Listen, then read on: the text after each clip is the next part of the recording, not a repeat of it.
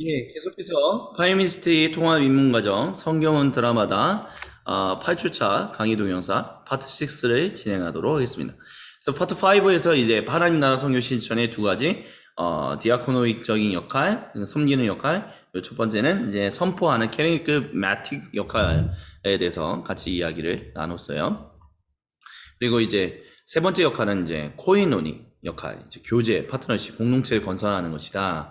라고 얘기를 하면서 이제 컴퍼니, 회사를 얘기하는 이제 컴퍼니가 두 라틴어 단어인 빵과 쉐어링. 그래서 회사는 이제 빵을 나누는 것을 이제 의미한다. 라고 이제 말씀을 드렸어요. 그래서 재능과 은사들을 나누는 일들, 어떤 무역을 통한 국제적인 나눔, 이런 것들이 이제 코이노니아, 교제의 어떤 역할이다라고 이제 하나님 나라 선교의 이제 세 번째 역할이다라고 얘기를 합니다. 그래서 고든피는 이제 사업에 대해서 이제 이런 얘기를 해요. 회사들은 이제 언약적인, 고든피는 이제 리젠트 칼리지의 이제 신약 성경 이제 명예 은퇴 교수님이시고요. 이제 오순절 계통에서 이제 계신 이제 목사님이시기도 한데, 그래서 회사들은 이제 언약적인 협회들이다라고 얘기하면서 이제 정부와 가족 사이의 자발적인 언약적인 그리고 묵상적인 연합체들로서 사회학자 뭐 탈코트 파슨스는 상대적으로 새로운 사회적 형태와 같은 자발적인 연합체들이 종교개혁과 새언약과 같은 신약 성경의 이해에 뿌리내리고 있다. 그래서 원래 회사의 어떤 시작들이 이런 종교개혁과 새언약과 같은 신약 성경의 이해에 뿌리내리고 있다라고 이제 얘기를 했어요. 그리고 네 번째는 이제 예언자적인 어떤 분별의 역할로서 죄를 인식하고 세상 현장에 이제 정의를 부르고 정사와 권세들을 이제 상대하는 것들이 이제 선교, 하나님 나라 선교 실천으로서 성도가 할 수 있는 일이다라고 이제 얘기를 폴 스티븐스 교수님이 하고 있습니다. 그래서 인격적인 선교라고 이제 얘기할 수 있어요. 이런 것들. 선교는 우리가 하나님 나라의 선교를 이제 실천하는 것은 인격적으로 해야 한다는 거죠. 브래드 뷰큐너라는 분은 이런 얘기를 했어요. 하나님이 평상시 여러분을 부르시는 일의 종류는 여러분이 정말 하고 싶어하는 것과 세상이 꼭 이루어져야 한다라고 가장 필요로 하는 것이 만나는 접점의 일이어야 한다라고요. 이와 같이 하나님이 여러분을 부르시는 장소는 여러분의 깊은 즐거움과 세상의 깊은 갈망이 만나는 곳이다라고 이제 얘기를 해요. 그래서 인격적인 선교의 정의는 뭐냐라고 한다면 하나님께서 주신 열정과 한 사람의 일생이 일치된 삶이 남아있는 곳에서 인격적인 선교가 일어난다는 거죠. 우리가 하나님 나라의 이런 선교를 이제 나의 일상에서 내가 있는 곳에서 실천하면서 살아갈 때 그냥 단순히 그냥 일하는 존재가 아닌 정말 인격적으로 참된 온전한 존재로서 하나님 나라의 선교를 이제 실천하려면 하나님께서 주신 열정이 나의 삶에 이 남아있는 곳에 이제 잘 연결될 때 이제 일어난다는 거예요. 그래서 인격적인 선교는 인간과 그 사람에게 적용한 그리스도교 소명이 독특하게 결합한 것이다 라고 얘기하면서요. 이 선교를 이루는 것과 인격적인 죄, 우리를 대적하는 다른 사람들의 죄, 오타입니다. 죄송합니다. 다른 사람들의 죄, 타락한 구조의 죄의 연결점 가운데 고통이라는 것도 따라오기도 합니다. 라고 얘기를 합니다. 그래서 우리가 하나님 나라, 그러니까 어떤 일은 뭐 디아코노이적인 역할, 코이노니아적인 역할, 캐리그마틱적인 역할, 아니면 분별하는 역할, 어떤 일을 하든 우리가 이 모든 일을 하나님 나라의 선교를 실천할 때 이런 것들이 없이 해야 하고 이런 것들이 함께 해야 한다라고 이제 얘기를 해요. 뭐가 없어야 하냐 그랬을 때 우리가 감정적인 연약함에 시달리는 일이 없이 우리가 그런 모든 일들을 할 수 있어야 하고요. 부차적인 이유들을 위한 자리를 찾을 수 있다라는 거 없이 이런 하나님의 나라의 선교의 어떤 실천적인 일들을 해야 하며 집중력이 부족하다라는 거 없이 그리고 부르심의 필요를 만드는 거 없이 이런 일들을 해야 한다라고 이제 포 교수님은 얘기를 해요. 또한 자기 비평적일 수 있다는 것과 한 가지 이상의 선택권이 있을 때 결정을 만드는 것을 돕는 것을 또한 기도와 계획을 세우는데 집중하는 것 또한 역경이 있을 때 포기하지 않도록 우리를 격려하는 일을 함께 우리가 하면서 하나님 나라의 선교의 실천을 할 수 있어야 한다라고 얘기합니다. 자기 비평적일 수 있다는 것은 내가 언제든지 연약하여 하나님과의 관계가 흐트러질 수 있다는 걸 아는 것, 그리고 겸손하게 하나님께 나아가는 것, 한 가지 이상의 선택권이 있을 때 결정을 만드는 것을 돕는다는 것을 성령님이 우리를 도우신다는 걸 믿으며 주님 우리를 도와주셔서 이런 모든 일들 가운데서 하나님 나에게 원하시는 가장 최고의 인격적인 하나님 나라 선교의 실천이 무엇입니까? 라는 것을 분별하는 일, 또한 기도와 계획을 세우는 것을 집중하면서 그냥 무턱대고 그냥 어떤 단순히 충동적으로 이런 일들을 하는 것이 아니다라는 거죠. 또한 역경이 있을 때도 포기하지 않고 계속해서 우리를 격려하시는 그 하나님을 믿으며 그 하나님과 함께 이런 일들을 하나님 나라의 선교의 실천을 해야 한다라고 이제 폴 스티븐스 교수님은 얘기한다는 것입니다. 그래서 리처드 볼리스라는 분은 이제 How to Find Your Mission in Life라는 책에서 이런 얘기를 했어요. 우리 개개인은 세 가지의 선교를 하나 가지고 있다라고 하는데, 첫 번째는 시간마다 우리의 선교가 하나님으로부터 파생되었다라는 하나님 임재의 의식 안에 서 있는 것. 두 번째는 우리 안에 계시며 우리와 함께 하시는 하나님 영의 인도하심과 성령님의 인도하심과 인내하심을 따라 우리가 순간마다 날마다 걸음마다 이 세상을 더 나은 곳으로 만들 수 있다는 것을 실천하는 것. 그리고 세 번째, 이 세상에서 사용하도록 특별하게 받은 달란트를 사용하는 것. 여러분이 가장 기뻐하며 사용하는 위대한 선물, 하나님께서 우리에게 나타나도록 고안하신 장소와 환경에서 하나님께서 세상에서 일어나야 한다라고 보시는 그 필요의 목적을 따라 이 달란트를 사용하는 것, 이런 세 가지의 선교를 가지고 있다. 이것이 인격적인 선교다라고 리처드 볼리스는 우리에게 얘기했습니다. 그래서 예수님은 그와 같이 그것에 대한 모델로서 죄인들과 버림받는 이들을 환영하시는 하나님 나라 선교를 우리에게 보여주셨어요. 디아코노이적인 역할, 코이노니어적인 역할, 그리고 캐리그매틱적인 역할, 또한 분별하는 역할, 모든 것을 다 우리에게 보여주신 거죠. 그래서 죄인들이라는 것은 바리새인들의 이야기를, 그러니까 유대인들에게 있어서, 1세기 유대인들에게 있어서 죄인들이다라는 의미는 바리새인들의 이야기를 따르지 않거나 못하는 모든 유대인들을 가리키는 말이었어요. 왜냐하면 바리새인들의 이야기가 바로 성경에 나오는 이야기다라는 믿음이 있었기 때문에. 이방인들 당연히 뭐 죄인들이었고요. 그래서 유대인들 중에 이제 죄인으로 취급받아서 교류하지 않는 사람들은 이제 세리, 창녀, 가난하고 병들어 하나님 말씀에 순종해 야훼 하나님께 헌신하지 못하는 사람들 모두를 이제 가리키는 거였어요. 그러나 예수님은 오히려 그들의 이제 친구가 되셨죠. 그리고 오히려 예루살렘 성전에서 예수님은 전 세계에서 야훼 하나님께 예배드리기 위해 온 사람들, 온 모든 사람들에게 이제 편의를 제공하긴 했으나 그로 인하여 이제 부당한 이득을 얻고 있었던 장사하던 이들을 다 내쫓으셨어요. 그리고 그들을 온전치 못하다라고 얘기하셨죠. 그래서 이렇게 예수님은 오히려 바리새인들이 내세우는 지혜가 잘못되었다라고 이제 비난하셨어요.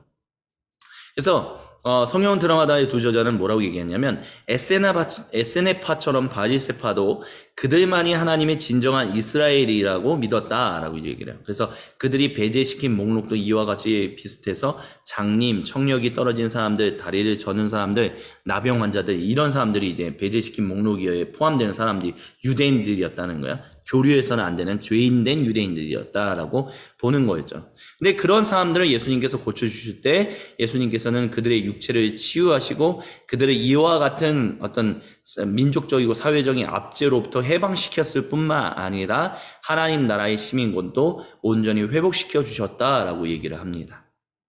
그래서 사회적으로 종교적으로 버림받은 이들을 예수님은 환영하셨어요. 이게 하나님 나라의 선교였다라는 것이죠. 근데 그것과 다르게 뭐 예를 들어서 에스네파라고 이제 보통 얘기되는 또 아니다라고 얘기하는 성경학자들도 있지만 쿰난 공동체 이제 따로 이제 광야에 나와서 살았던 공동체는 그 공동체에 들어가기 위해서는 이제 눈먼 사람이거나 몸이 아픈 사람이면 안 돼요. 귀가 멀거나 말을 못하는 사람도 안 되고요. 한센병자거나 육체에 흠이 있어서도 안 돼요. 또한 이 공동체에서 그 의회에 승인되어야 돼요. 문제였다는 거죠. 이런 사람들을 예수님은 포함시켜서 하나님 나라 시민권을 회복시켜 주셨는데 그만큼 차별하고 구별짓는 일들을 행하는 것이 결국은 이 유대인들로 하여금 예수님께서 계시하신 하나님 나라에 포함되지 못하는 스스로 그들이 그거를 거부하고 떠나버리게 만들고 오히려 하나님을 저주하게 만드는 잘못된 어떤 바탕이었다라는 것을 우리가 잊지 말아야 합니다. 또한 예수님께서 이제 비유로 하나님 나라를 이제 설명하셨죠.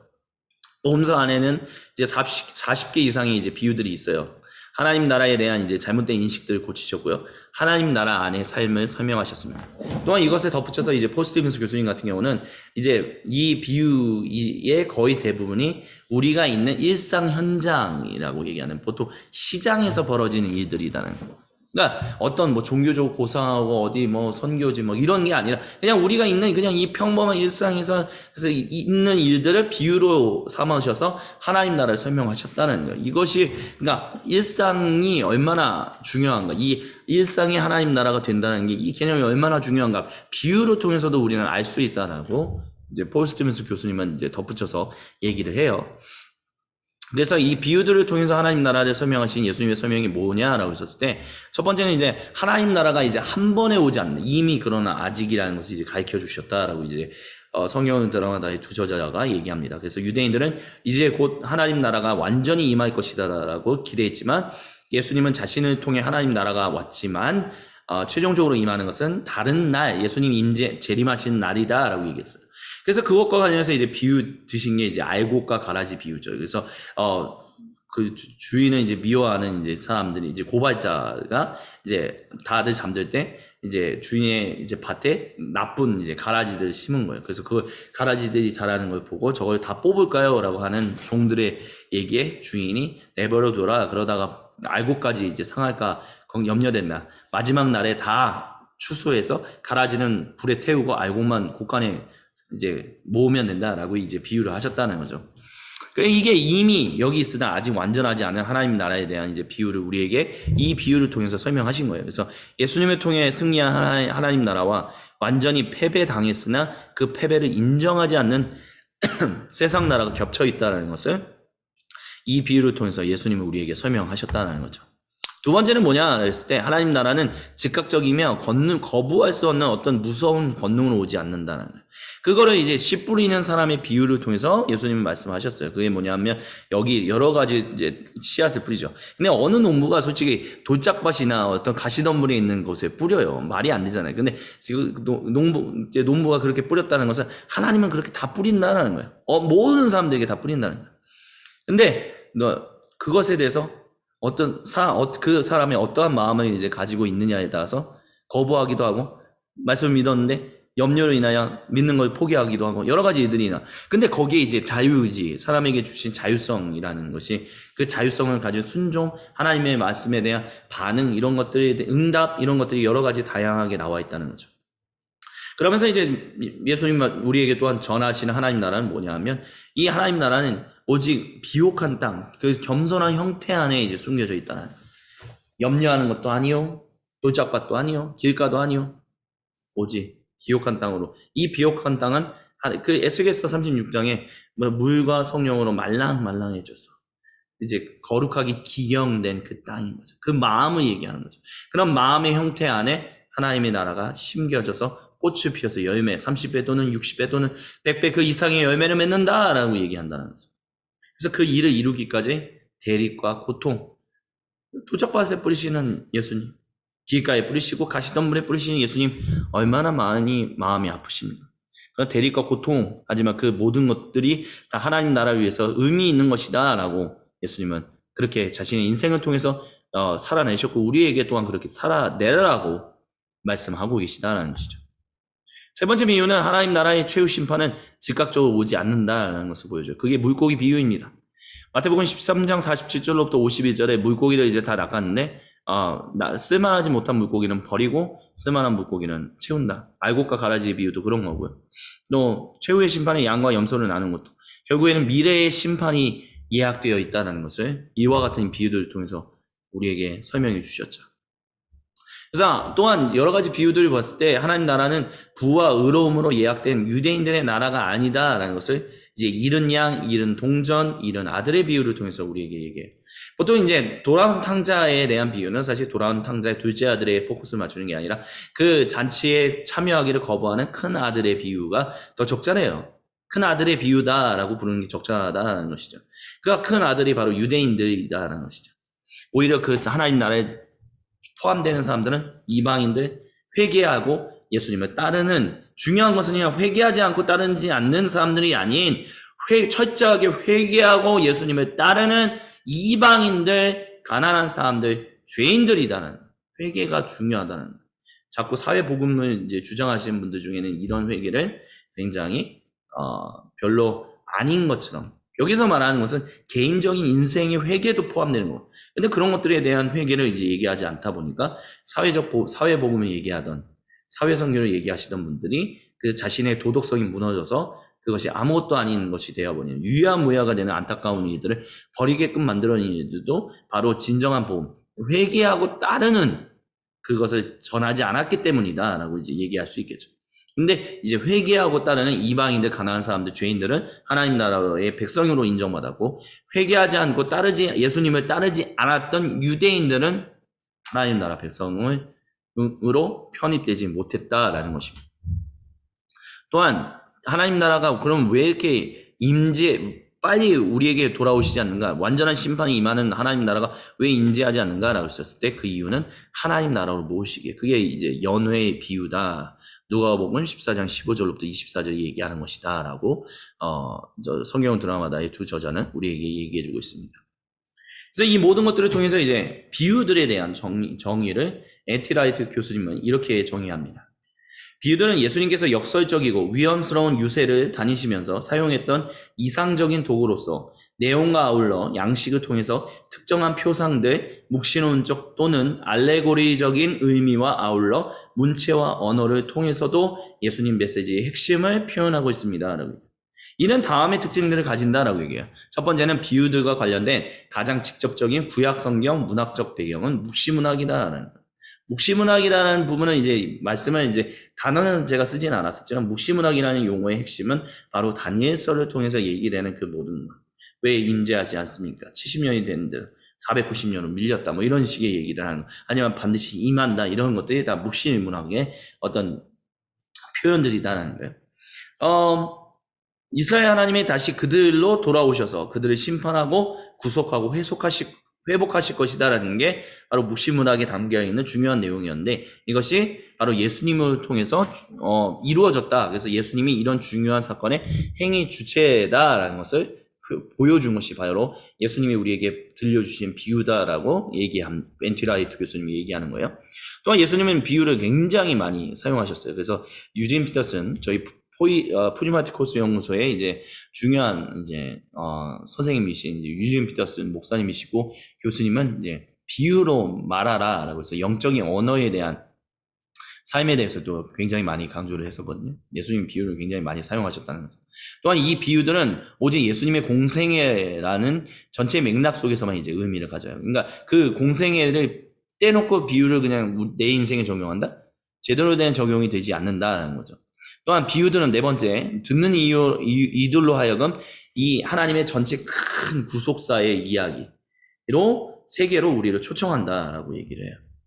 그리고 마지막으로 다섯 번째, 비유들은 하나님이 백성이 되는 새로운 길을 자세히 설명하고 죄송합니다. 마지막 PPT가 빨리 넘어가는 바람에 제가 지나가게 됐는데, 비유들은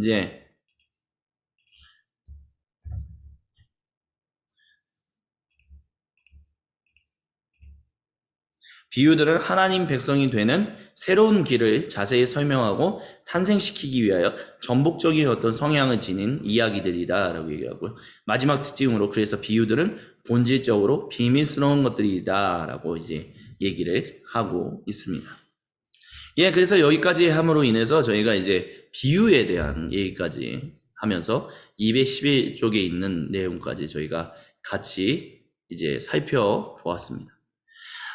이걸 통해서 이제 저희가 성경은 드라마다 이제 예수님과 관련한 첫 번째 부분을 이제 같이 다뤘고요. 이제 다음 9주차에서는 이제 갈릴리 밖으로 이제 나가셔서 이제 사역하시면서 이제 예루살렘으로 입성하셔서 결국에는 십자가에 매달리시고 십자가에서 돌아가시고 부활하시는, 승천하시는 그 모든 의미 가운데 하나님 나라가 어떻게 우리 가운데 성취되었는가라는 부분에 대해서 우리가 계속해서 이제 이야기를 나누게 될 것입니다.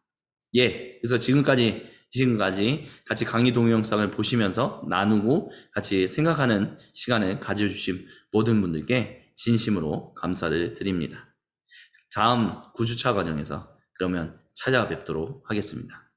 지금까지 시청해주신 모든 분들께 감사를 드립니다. 안녕히 계십시오.